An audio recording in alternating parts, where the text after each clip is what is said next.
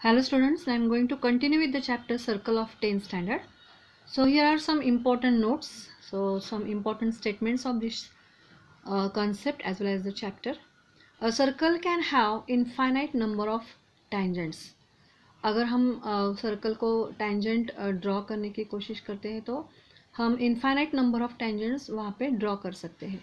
One and only one tangent can be drawn at a given point on that circle. So अगर एक ही point circle पे हम consider करते हैं तो वहाँ से हम सर्कल को ओनली वन टेंजेंट ड्रॉ कर सकते हैं. No tangent can be drawn from a point in the interior of the circle to that circle.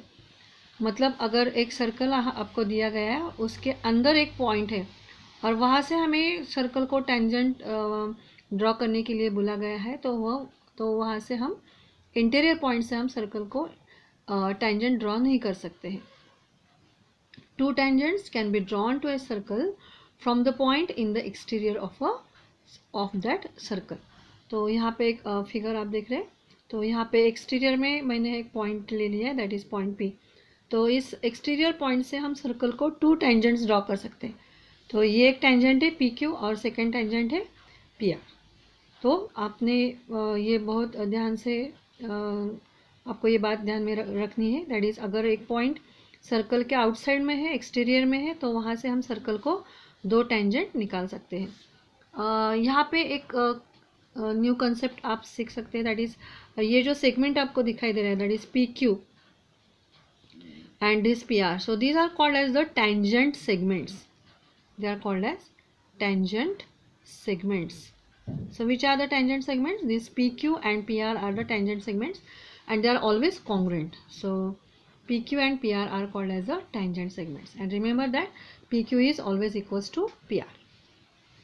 Now the most important theorem of this chapter, that is tangent segment theorem. So it is oftenly asked in your text.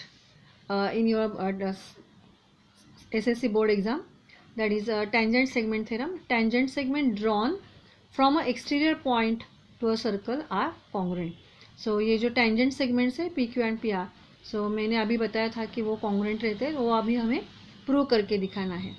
So PQ and PR, these are the tangent segments and they are congruent. ये हमें prove करके दिखाना है. तो given, तो हमने यहाँ पे एक सर्कल ड्रॉ किया है with centre O. Line PQ and PR are the tangents to the circle at point Q and R respectively. तो PQ and PR ये दो tangent segments हमने draw किए हैं at point Q and point R. And to prove is PQ is congruent to PR. हमें ये prove करना है PQ is congruent to PR. So see the construction. तो यहाँ पे हमने क्या किया है कि O से ये Q join किया है. OQ is nothing but the radius and यहाँ पर भी OR हमने join किया है. ये भी रेडियस है. और हमने अभी जो टेंजेंट थ्योरम सीखा, that is radius tangent perpendicular theorem, उसमें मैंने आपको बताया था कि अगर ये रेडियस और टेंजेंट एक साथ आते हैं at a point of contact, तो वहाँ पे जो एंगल फॉर्म होता है it is always a right angle. So radius and tangent जहाँ पे आके मिलते हैं उस पॉइंट पे जो एंगल फॉर्म होता है इट इज़ ऑलवेज 90 डिग्री. सो यहाँ पे हमें दो राइट एंगल ट्रायंगल्स मिले हैं. तो यहाँ पे हमने OP भी ज्वाइन किया है. So how we can make this two triangles congruent. तो यहाँ पे आप देख सकते हैं, whenever you see the right angle triangles we always remember the hypotenuse side test. तो यहाँ पे ये जो हाइपोटेनियस है it is common for both the triangles and this radii, that is OQ and OR. So you know that the radii of the same circle are congruent. सो यहाँ पे hypotenuse congruent है and one side is also congruent. So by hypotenuse side test, both the triangles are congruent, and whenever two triangles get congruent, the remaining sides are always congruent. So remaining sides are PQ and PR, and so in this way we can prove that PQ is congruent to PR. तो अभी मैंने ये orally बताया, तो हम ऐसे इसको कैसे लिख सकते हैं. तो in triangle OQP, that is triangle OQP, and in triangle ORP. So इस दोनों triangle में आपको ये पता है that is angle OQP and angle ORP. So the is equal to 90 degree because the reason is tangent theorem और it is also called as RTPT, that is radius tangent perpendicular theorem. Now see OP is congruent to OP. So यहाँ पे OP जो है hypotenuse वो क्या है, congruent है because it is nothing but a common side, ये reason इसके लिए है. Now see, OQ is congruent to OR. So OQ and OR congruent है because these are the radii of the same circle. And so here we two conditions हमने satisfy किए हैं. One is that the hypotenuse is congruent and one side is congruent. So by hypotenuse side test, triangle OQP is congruent with triangle ORP.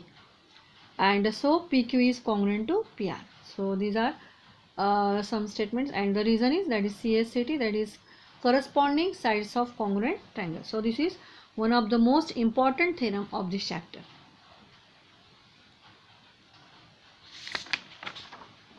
Now see, we're going to start with the practice set 3.1. So in the adjoining figure, the radius of the circle with center C is 6 centimeter. तो यहाँ पे जो figure हमने draw की है उसका जो centre है वो C है, एंड रेडियस जो है मतलब CA यह गिवन दैट इज 6 सेंटीमीटर. तो मैं यहाँ पे 6 लिखती हूँ, that is 6 centimetre. And the line AB is a tangent. AB ये टेंजेंट है, तो हमें आंसर्स देने हैं जो नीचे क्वेश्चन दिए. So 1 2 3 4 there are 4 question, so we have to give the answer for this one. So see, what is the measure of angle CAB.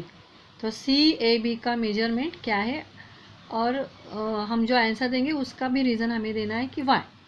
तो आपको ये पता है कि CA is the radius and this one is the tangent. अभी मैंने आपको बताया कि जहाँ पर कहीं पर भी रेडियस एंड टेंजेंट एक साथ आते हैं, तो जहाँ पे वो मिलते हैं आके, so this one is the point of contact A. तो यहाँ पे जो एंगल फॉर्म होता है it is always a 90 degree according to the tangent theorem. So angle CAB is 90 degree. Why? Because the reason is we already learned the theorem, that is tangent theorem. It is called as a RTPT. Now see the second question. What is the distance of point C from the line AB and Y? तो C का जो distance है AB से, मतलब ये जो tangent है वहाँ से ये C का डिस्टेंस कितना है वो हमें पता करना है. तो CA हमने ज्वाइन किया है already, and you know that is CA is perpendicular to AB, and we always calculate the perpendicular distance, and it is already given, that is it is equals to 6 centimeter. So why it is 6 centimeter? Because CA is perpendicular to the AB, and we always calculate the perpendicular distance, so the distance is 6 centimeter. Now here given that is distance AB is 6, तो AB जो है वो भी 6 हमें दिया है, and then find the distance BC. तो हमें ये BC डिस्टेंस फाइंड आउट करना है. तो हमें यहाँ पे कौन सा ट्रायंगल दिखाई दे रहा है, it is a right angle triangle. So we going to use the Pythagoras theorem for this one.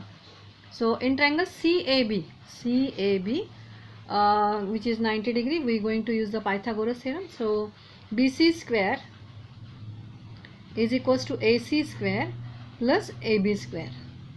तो CA square है 6 and AB है 6, so इसका स्क्वायर हुआ 36 plus 36, so we get here 72. So BC is equals to 6 root 2. So what is the measure of angle ABC and why? So see ABC कहाँ पे है, A, B and C. तो इसका measurement हमें बताया गया, पूछा गया है, एंड इसका रीज़न भी हमें देना है. तो see in triangle ABC, AC and AB are equal. So see AC. So these two segments are same because we are already given the measurement, that is ये भी 6 है और ये भी 6 है. तो आपको ये समझ में आता होगा, दैट इज़ मैं यहाँ पे एक फिगर ड्रॉ करती हूँ साइड से. तो ये ट्रायंगल है आपका, और इस ट्रायंगल में ये 90 डिग्री है. यहाँ पे है C, A एंड B. तो आपको ये दिया गया है कि ये दोनों सेम है. तो आपने आइसोस्केलस ट्रायंगल थ्योरम पढ़ा है 9th स्टैंडर्ड में, तो उसमें हमने सीखा है अगर दो साइड्स कॉन्ग्रुएंट होती है तो उसके अपोजिट एंगल्स भी कॉन्ग्रुएंट होते हैं. तो ये दोनों एंगल क्या हुए, कॉन्ग्रुएंट. अभी आपको ये पता है कि ये 90 डिग्री है. The total sum of the measure of all angles of the triangle is 180. मतलब ये अगर 90 है तो इन दोनों का एडिशन कितना हुआ, इन दोनों का एडिशन भी 90 हुआ, और दोनों कॉन्ग्रुएंट है मतलब हर एक एंगल कितने का हुआ, 45 का हुआ. तो see how we can prove this one. So in triangle CAB, angle CAB is equals to 90 degree. Sir ये देख रहे थे हम in triangle ABC CA is equals to AB and so angle ABC is equals to angle ACB, that is isosceles triangle theorem. ये दोनों के लिए हमने x अगर कंसिडर किया, the sum of measure of all angles of the triangle is 180, मतलब तीनों का मेजरमेंट 180 है, इसका 90 है, तो x plus x is equals to 180, so x plus x that is 2x is equals to 180 minus 90, so 2x 90 हुआ, मतलब x क्या हुआ 45 डिग्री हुआ।